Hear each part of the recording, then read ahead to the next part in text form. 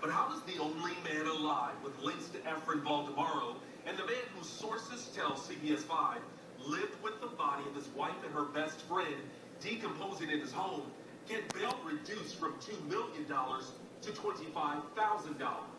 The $2 million was based upon the declaration of the officers indicating they were investigating his involvement in the homicide. He did not file homicide charges. The only charges the Salado County DA's office can hang on Rittenhouse now is possession of explosives and making a destructive device. So his presence in the house alone is not sufficient to bring charges of a possible homicide. That's correct.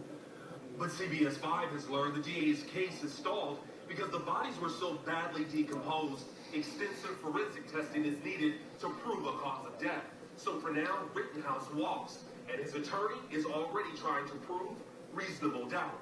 I could only speculate. I don't have any more information about that than you, but there's a very obvious suspect in this case, and I can only speculate that he put the bodies there. Attorney Leslie Prince says Efren Baldemaro is the suspect in 4 murders and claims since Baldemaro is accused of stealing Rita Allen's Cadillac Escalade, it stands to reason he killed her and her best friend, Carol Smart.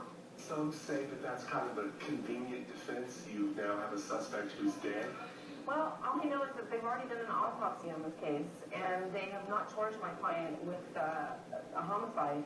Prince is even accusing Baldemaro for the cache of explosives investigators took from Rittenhouse's home and storage unit.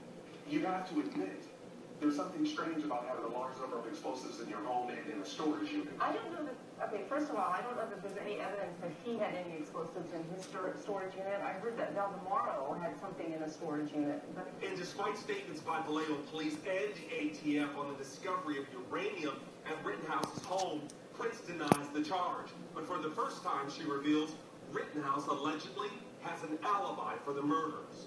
They can confirm that there were no dead bodies in the house on that day. In Fairfield, Robert Lyles, CBS 5.